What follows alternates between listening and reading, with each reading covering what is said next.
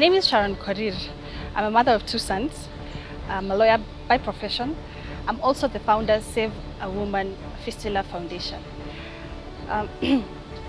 Save a Woman Fistula Foundation is a beacon of hope for women with fistula. So we give psychosocial support for women. You know, we are a safe space where women can come, share their experiences and bring mental healing. Save a Woman also creates awareness fistula. Most of us don't know what fistula is. We didn't know what it is even before we got the condition. And so fistula is, what we do is basically create awareness fistula. Save a Woman Fistula Foundation is basically to support such women, because I've been there before. We have done about 40 to 50 women.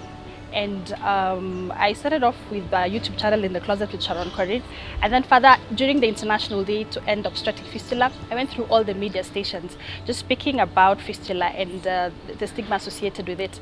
Then from then I got a lot of women coming in to share that they have fistula, and we've been able to assist about 40 women.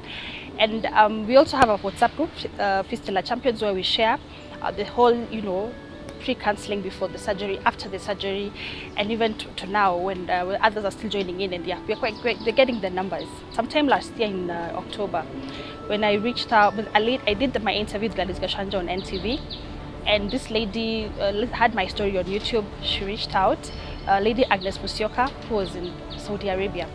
And in Saudi, life was not easy, having in mind that she's a house girl, she's licking stool from her vagina, 4th-degree tear like I did.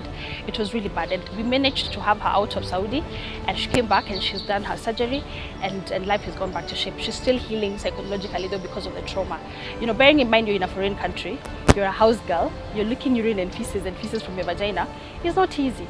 Challenges that are faced is quite a number. One, because we still live in a very cultural society where matter sexuality is not talked about. We are still at a point where we are trying, to bring out fistula and normalize it the way we normalize cancer. It's not easy.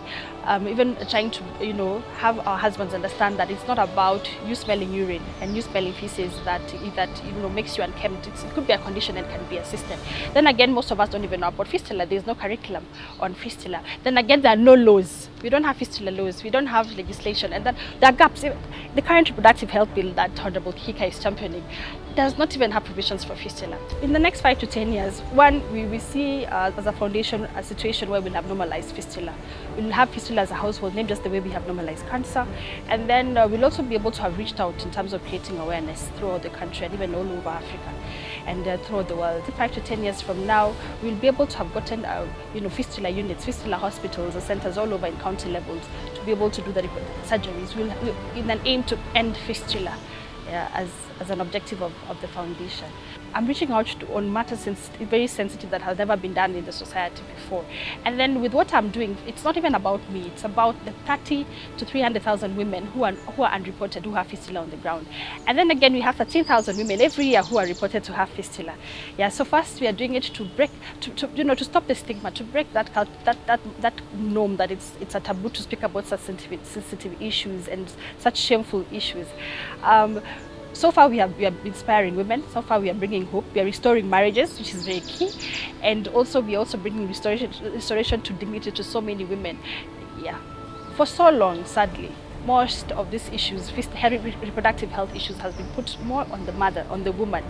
So what we are doing as a foundation is that not only are we speaking to the women, we are trying to create a balance so that we can have our men understand that fistula also affects the men. The burden should not be left for the women alone. Then again, we are trying to bring out that a man can also walk through with